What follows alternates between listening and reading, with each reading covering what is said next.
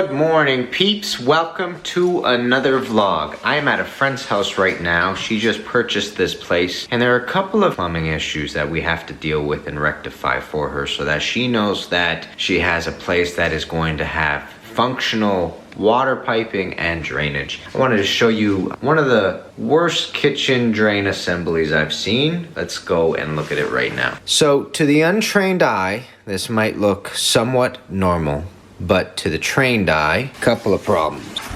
First problem is we got backfall going this way. Second problem is you got a TY hitting a 90, which is hitting, what is this? This is a P-trap, but you're looking at the trap arm right here. The inlet of the P-trap is on the other side, which comes up and then shoots into the wall. Why is the P-trap backwards? Well, if you pay attention to the entire sink, this is one of the lower deep compartment sinks that they have here. And because of these guys, when you do the roughing, you have to pay extra attention to the height of the drainage. When they did the roughing phase, they kept the drainage at the original height, it seems. They didn't touch it at all. So now these are too low and that is too high. If they had dropped that down, this would be an easy assembly. But because it's not dropped, we have this situation right here. So now in order for this to actually function, this entire pipe right here has to fill up to the same height as that and stay at this height before it actually drains outwards, which means that you have water hanging out till this height. So when the continuous waste keeps coming, it is so slow and it shows everywhere. Just a bit of a disaster of a piping assembly here. So I want to show you the basket strainers I ended up buying for this application. These are actually from Home Depot, and they're a much thinner, much shorter basket strainer to install in comparison to the ones that they have here. So we're gonna have more space essentially for our piping to go, which will make the piping a little bit higher in comparison to what's already here. So take a look at these basket strainers and then take a look at the difference in height. The tailpiece is gonna start up here, which means our piping can be pushed up a couple of inches for sure. That's going to be our first attempt, and I'm hoping that's the only attempt that we need, basically. Second thing that I wanna talk about is they have this transition between PEX and copper, and they're using two SharkBite couplings right here to transition between them. Now this is something that I've said in the past. I don't mind SharkBite fittings, but I personally only use them for temporary applications. I don't use them for lasting applications. And you got to consider for a second that as a professional plumber, I want to make sure that I'm doing something that the average homeowner cannot do, because I sort of feel bad charging full price for something that they could have done themselves, in other words. But by transitioning through soldering, for example, which I would assume that the average homeowner can't do, they understand that there's a cost behind what I do, and there's skill involved and years of expertise and years of training to get there. So I'm gonna do my friend a favor, and I'm basically gonna do a transition for her between copper and PEX as well. I'm gonna solder two of the adapters and we're good to go.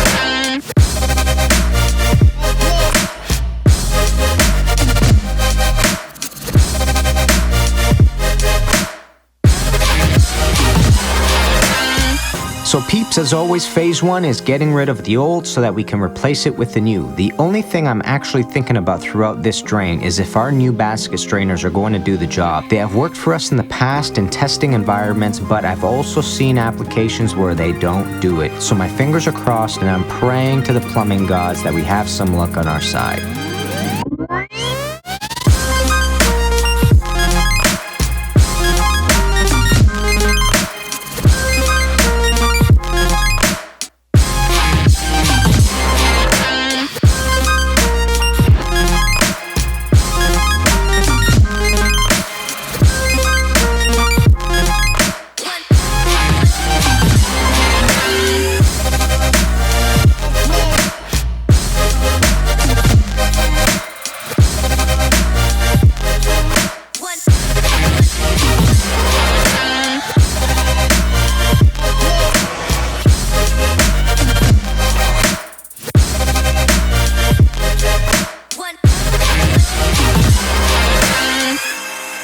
just want to show you the difference in height, basically, between the two basket strainers. This is the new one. This is the tailpiece. This is the old one, and look how far the tailpiece starts on the old one. So we can actually trim this tailpiece down and bring the 90s and the TYs up as high as we can with this. And by doing that, we have a significant difference in height. And I'm hoping that with a pipe moving across, we might be able to get that P-trap in there. But we already ran into another issue, which is this. If you take a look at this 45 here that was soldered, somebody decided to cut almost flush with the fitting. And by cutting it flush with the fitting, they had to use a Fernco to connect the P-trap of new to the piping of old. So that's gonna be another issue right now. I'm thinking of actually just sweating this guy out, putting a bow adapter over here on this side, and just working my way this way with a bow adapter and a 45, rather than soldering in a new copper 45 like that. At this point, since they're transitioning away from copper, I don't think there's any reason to put any more copper inside. So I'm gonna have to go get my acetylene tank, take that out, clean it up really nice so that I can put the bow adapter and then work my way forward. Fingers crossed. Let's go. So peeps, this is a perfect example of how service work can get more complicated as the job progresses. I came up with a solution with these two new basket strainers I introduced, but another curveball was thrown our way with this copper 45 that I can't secure my new piping to. So before we progress any further, I need to do two things. Number one, I need to dry fit a couple of fittings to see if using the new basket strainers is a viable solution for our original problem. Because if it isn't, then I need to change the game plan right now. Moving any further will just be a waste of time and money. The second thing I have to do is get rid of the copper 45 because it's just in the way and it is not a solid foundation we can work from. This is also a perfect example as to why it's virtually impossible in a lot of circumstances to tell a customer how much time a job can take. We had no idea that this copper 45 was lingering back there in the rough shape that it's in, so we easily just added 15 minutes to the job because what we have to do is prep the area, sweat it out, clean the pipe of the solder, and then clean it for a bow adapter coming in afterwards. And as you're going to see a little bit later, we actually run into another issue that adds at least an hour to the job. So when a service plumber can't give you an accurate estimate of time or even money, because this job I'm doing here is becoming more and more expensive as it goes on because of the extra things that I have to do, it's because jobs like this happen way too often for us. So if I do give the customer a concrete time frame of when I'm going to get the job done, I shoot myself in the foot.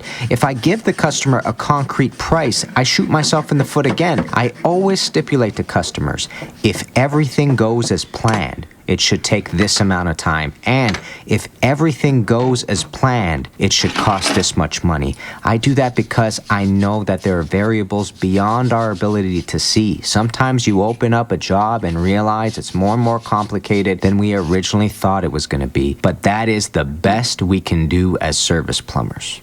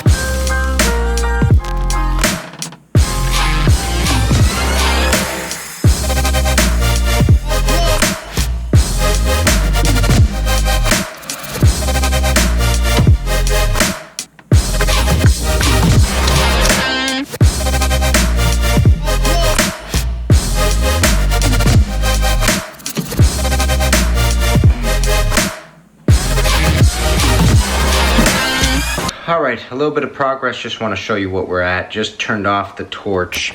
I ended up soldering those two brass connectors like I was showing you, and I also took the two PEX rings and transitioned them between copper and PEX. That's the way we typically do them. We solder these guys on, but when you don't know how to solder, that's why some people opt for the shark bite fittings, which I threw out. And I also ended up sweating out this 45 like I was saying. I was just testing the bow adapter to see if I took off all the solder when I was heating up the solder and cleaning it off. It seems to be okay. I need to get myself a fitting 45 for this, and then we can go ahead, rebuild this drain, and we are in good shape. So we are finally in the position we want to be. I can start spending time on the piping that we have been desperately problem solving to get to. Drain assembly is shamelessly my favorite part of our job. As much as I enjoy domestic water installations and soldering pipe, I get an enjoyment out of building drains that is unparalleled by the rest of our career. So I start off with using fitting trap adapters. For those of you that don't know, a fitting trap adapter saves on space significantly. So when working with a drain like we are today, they are a perfect fitting to use since space is of the essence.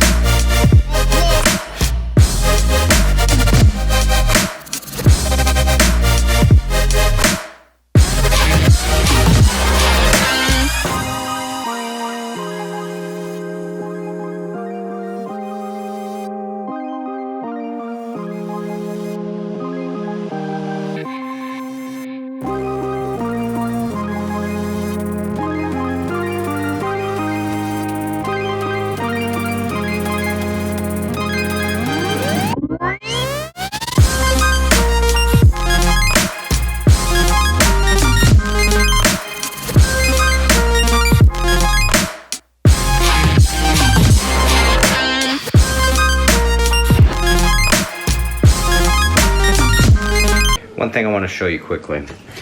This is one of those fittings that you really don't know how far in that the fitting actually goes. So if you want an accurate telling, what you have to do is either remove it and measure it. What you could also do is swivel the trap to the side, come in till you hit the ridge, and then do your measurement there.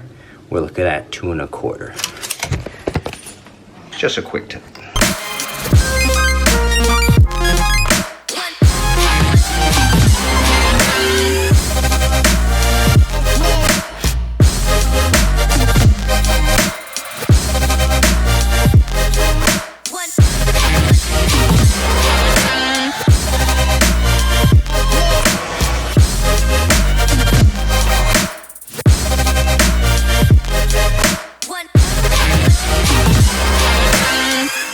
All right, kitchen drain is done. We're about to go into the testing phase, but let's look at it. A fitting trap adapter, which goes into a 90, because we're trying to save on space here as much as possible, obviously, that hits a dishwasher Y. This is a regular Y, but with a bushing that has the stub out like this for the dishwasher, comes across, hits a TY. This is another fitting trap adapter. TY goes into the trap, hits the clean out underneath, hits the bow adapter, and goes into the copper pipe in the back. That is what we're looking at for a drain. That's the way we typically want to do it. And it's so high now that you got a tremendous amount of space under here as well. So we're good to go.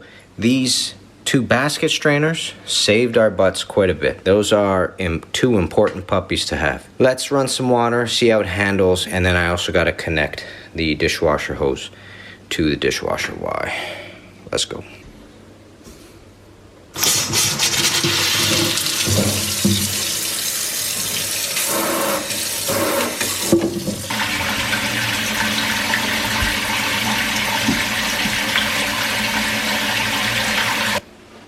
Check this out.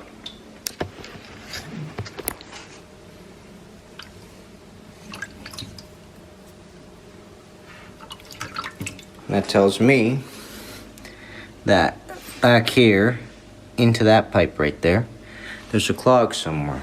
Now, we were attributing this to the bad drainage before, but actually it's clogged. That's sort of one thing I have to let you know about. I've said it somewhere in the past. I think I've said it in a video, but sometimes you come in to do a kitchen drain because the customer thinks that one thing is causing the drain to malfunction in a way. And then, lo and behold, once you finish the kitchen drain, you realize that it is actually clogged, and seriously clogged. And that's what this is right here. It is not going down. I've been talking to you for probably about a minute now. Look, it's a brick wall. Brick wall. It's not going anywhere, both sides.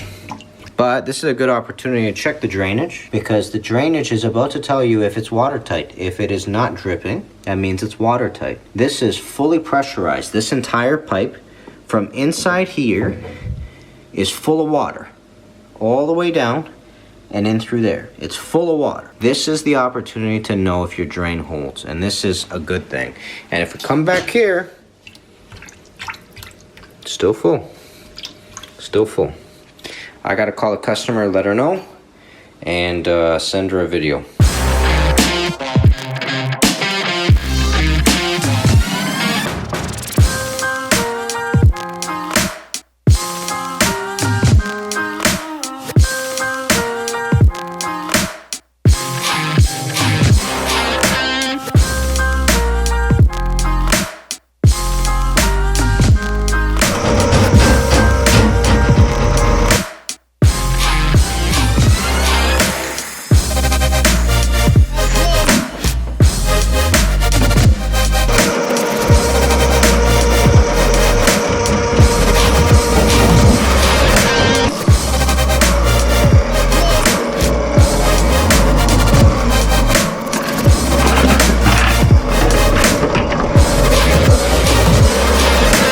Alrighty, I want to show you something that happens during snaking that I don't get an opportunity to talk about a lot of times, but here's what happened. Because I put in a clean out, which is by code here in Ontario, I'm able to actually use a clean out in this application, which means I'm able to run the water as I'm snaking. That's the whole point of the clean out. As you're snaking, you're also flushing at the same time. It's a more thorough version of a snake, basically. So as I was snaking, water started coming out of this clean out right here. Let me show you. If you let the water run like I'm doing right now, it's gonna come up.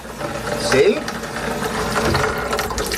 Not to worry, I got a bucket right there catching it. So the best part about this now is I know that I'm 2 lengths in, which is about 7.5 feet per cable. So I'm at 15 feet approximately right now, and I know the blockage isn't hit. With this water being here now and visible, I'm able to eventually see when approximately I hit wherever the blockage is, which allows me to tell the customer that as data in the future. So when the customer turns to me and says, you know, my brother snaked the drain just the other day, I'm gonna be able to say, well, he probably never went 25 feet or 30 feet or 45 feet in order to hit the blockage. That's the one advantage to having the water do that. So now that we've seen that and that is happening, I'm able to show you it and talk about it. I'm gonna fill it back up, I'm gonna continue filling up, and I'm gonna continue running, and when I'm able to run the water without it coming up again, essentially I hit it. But we should be able to see that if we continue to allow a little bit of water trickle through, okay? So let's keep going.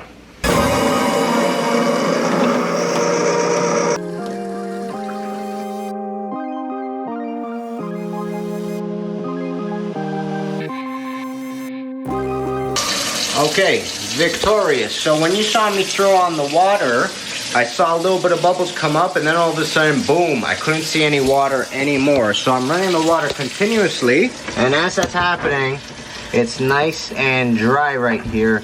no water coming out, basically. So we hit it approximately at 22 feet. I have one more coil that is just waiting here. I'm gonna go ahead and also throw that in just to be a bit thorough, just so that we overshoot it a little bit, make sure that whatever we hit didn't get stuck somewhere a bit further.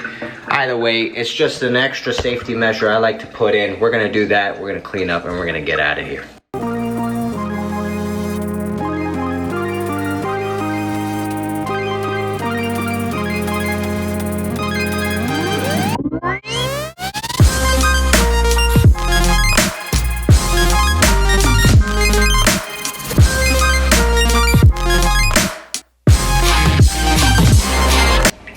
All right, moment of truth. Listen to her purr. No leaks.